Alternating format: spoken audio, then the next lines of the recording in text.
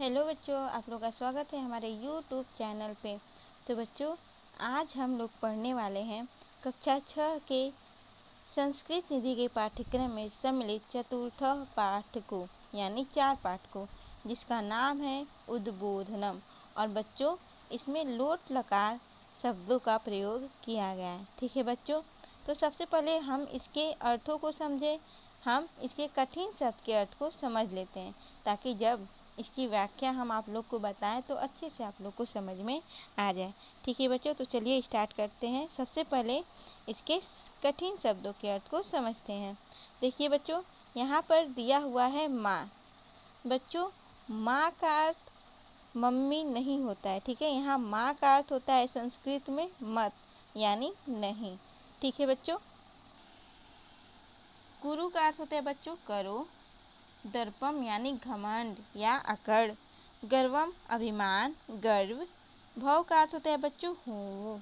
मानी यानी अभिमान करने वाला। माने सम्मान दो। भज यानी रखो।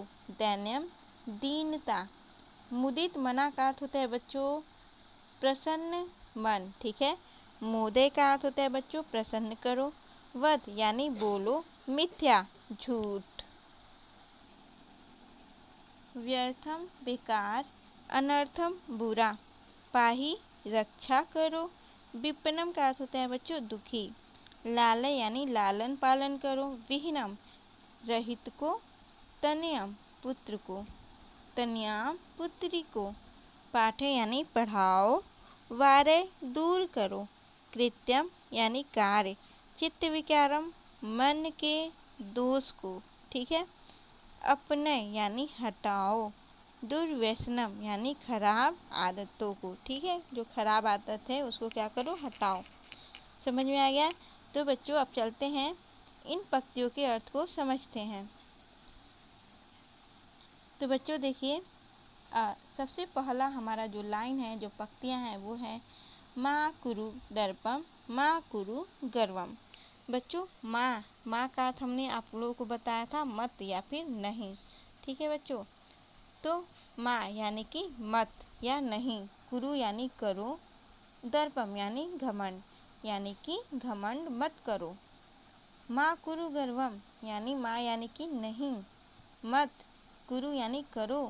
गर्वम यानी कि गर्व या फिर अभिमान। गर्व या अभिमान मत करो। माँ भव मानी माने सर्वम। माँ का अर्थ होता है बच्चों मत। भव यानी बनो हो। मानी यानी कि अभिमानी। ठीक है, यानी कि अभिमानी मत बनो। माने सर्वम। ठीक है बच्चों, माने का अर्थ होता है सम्मान दो। सर्वम यानी कि सभी को। ठीक है, तो सभी को क्या दो, सम्मान दो, यानी दूसरों को सम्मान दो, सभी को सम्मान दो। ठीक है बच्चों, माँ भज दैन्यम, माँ भज शोकम। बच्चों, माँ का अर्थ होता है मत। ठीक है, भज, भज का अर्थ होता है बच्चों रखो। ठीक है, दैन्यम, बच्चों दैन्यम का अर्थ होता है दीनता को, यानी कि दीनता को दूर रखो। ठीक है बच्चों, माँ भज शोकम यानी माँ मतलब मत या नहीं। ठीक है, भज यानी रखो, शोकम यानी कि शोक को, यानी कि शोक रहित हो, यानी कि मन में कोई शोक मत रखो। ठीक है बच्चों, और यहाँ पर जो है ये है कि दीनता रहित रहो, यानी कि जो मन में है अपने अंदर दीनता को मत रखो, उसको छोड़ दो। ठीक है, अगली पंक्तियां हैं मुदित मना भव मोदय लोकम। बच्चों, मुदित मना का अर्थ होता है प्रसन्न मन। ठीक है, भव यानी कि हुए। ठीक है बच्चों, भव का अर्थ होता है हुए। मोदय, बच्चों यहाँ पर मोदय का अर्थ होता है प्रसन्न करो, और लोकम यानी कि लोक को, संसार को।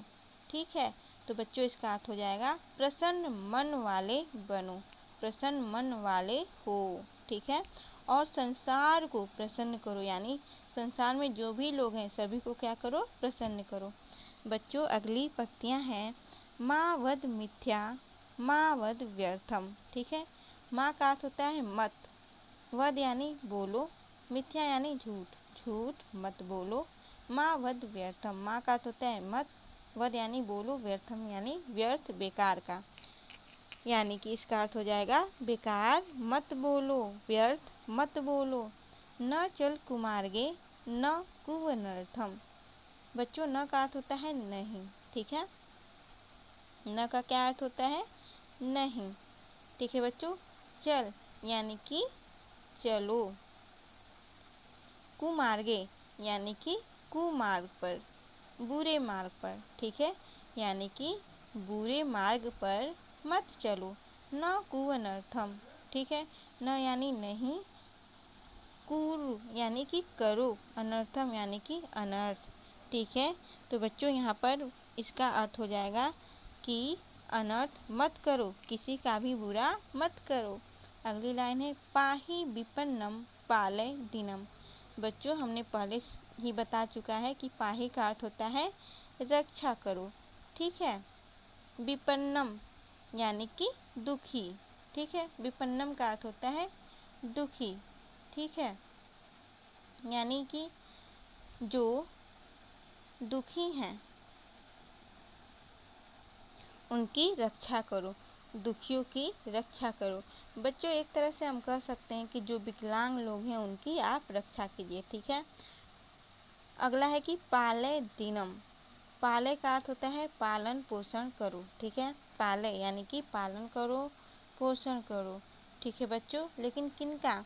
तो दिया है ना दीनम, दीनम यानी कि गरीबों का, गरीबों का पालन पोषण करो। अगली लाइन है लालय जननी जनक विहीनम। बच्चों लालय का अर्थ होता है लालन पालन करो। ठीक है, लालन पालन करो। जननी का अर्थ होता है माता, जनक यानी कि पिता। ठीक है, विहीनम। बच्चों यहाँ पर विहीनम का अर्थ होता है रहित को। ठीक है, यानी जिनके माता पिता नहीं हैं, जिनके माता पिता नहीं हैं उनका पालन पोषण करो, अर्थात कि जो अनाथ हैं उनका आप पालन पोषण लालन पालन करिए। ठीक है बच्चों, चलते हैं हम अगली पंक्तियों की तरफ। और देखिए बच्चों यहाँ पर अगली पंक्तियाँ दी गई हैं तन्यम पाठय तन्याम पाठय। बच्चों तन्यम का अर्थ होता है पुत्र को, पाठय यानी पढ़ाओ, तन्याम यानी पुत्री को, पाठय यानी पढ़ाओ। पुत्र को पढ़ाओ, पुत्री को पढ़ाओ। ठीक है, शिक्षय नीतिम दोषम वारे। शिक्षय का अर्थ होता है सिखाओ, शिक्षा दो, नीतिम यानी नीति का, नीति का शिक्षा दो, नीति सिखाओ। ठीक है, दोषम वारे, वारे यानी कि दूर करो, दोषम यानी दोष को दूर करो, दोष दूर करो। अगली लाइन है कुरुपकारम कृत्य मुदारम। ठीक है, कुरु यानी करो, उपकारम यानी उपकार, दूसरों पर उपकार करो। ठीक है, उपकार करो, कृत्य मुदारम। यहाँ पर बच्चों आप यहाँ पे देख सकते हैं यानी कि उदार कार्य करो। ठीक है, इसका पूरा अर्थ हुआ बच्चे, उस पूरी लाइन का अर्थ हुआ कि उपकार करो, उदार कार्य करो। ठीक है, अपने दूरे चित्त विकारम। बच्चों अपने का अर्थ होता है हटाओ। ठीक है, दूरे यानी कि दूर, चित्त विकारम यानी चित्त के दोषों को, चित्त के विकार को या मन के दोष को। ठीक है, मन के दोष को दूर हटाओ। बच्चों अगली पंक्तियां हैं माँ पीव किंचिद वस्तु निषिद्धम। माँ का अर्थ होता है मत या नहीं। ठीक है, पीव यानी कि पियो, किंचिद यानी कोई,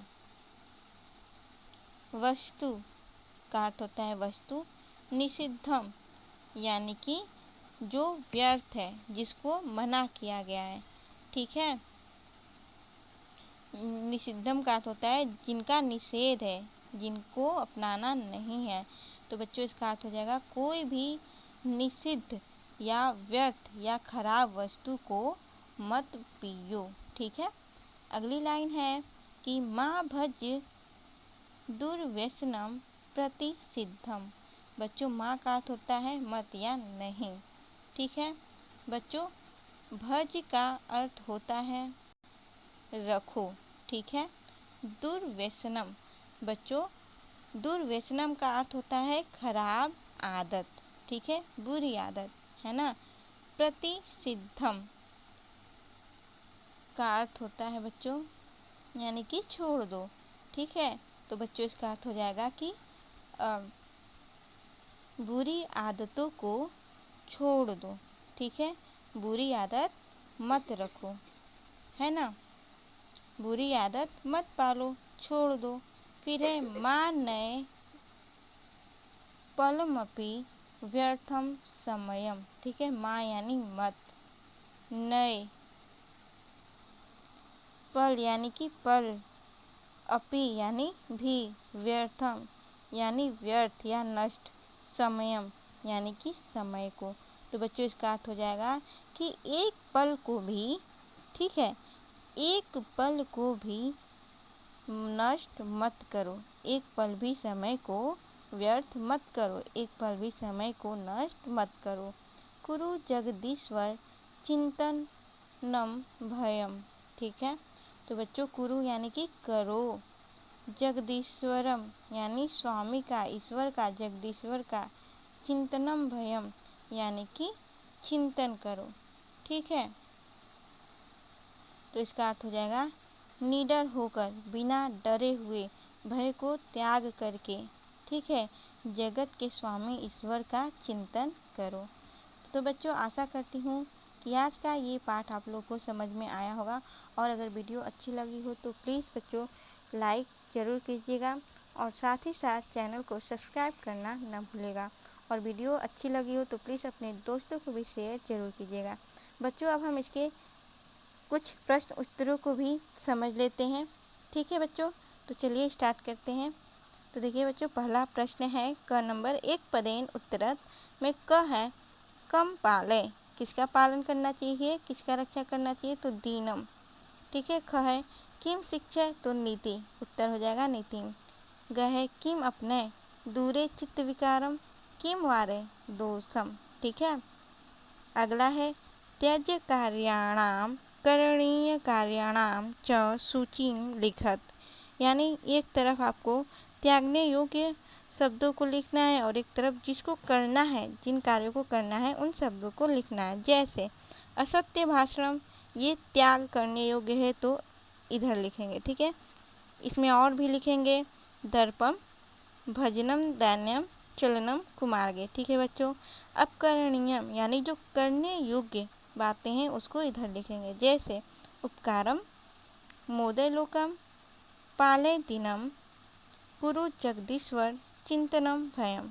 ठीक है बच्चों, अगला प्रश्न है हमारा प्रश्न संख्या 3 है चित्रानुसारम वाक्यानि रचयत, चित्र के अनुसार वाक्यों की रचना करना है।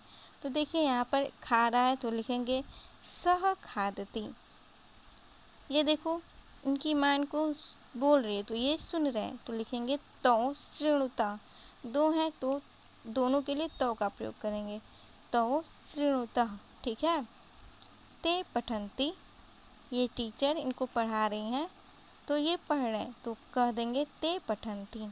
अब देखिए बच्चों अगला है उसी में, अब देखिए यहाँ पे सभी जा रहे हैं तो युवाम गच्छतः, युवाम गच्छतः। ठीक है, अब यहाँ पर देखिए ये खेल रहा है तो लिखेंगे, ये बोल रहा है लड़का इसको तुम क्रीडसी। ठीक है बच्चों, यहाँ पर यूयम सूर्याय नमामः। ठीक है,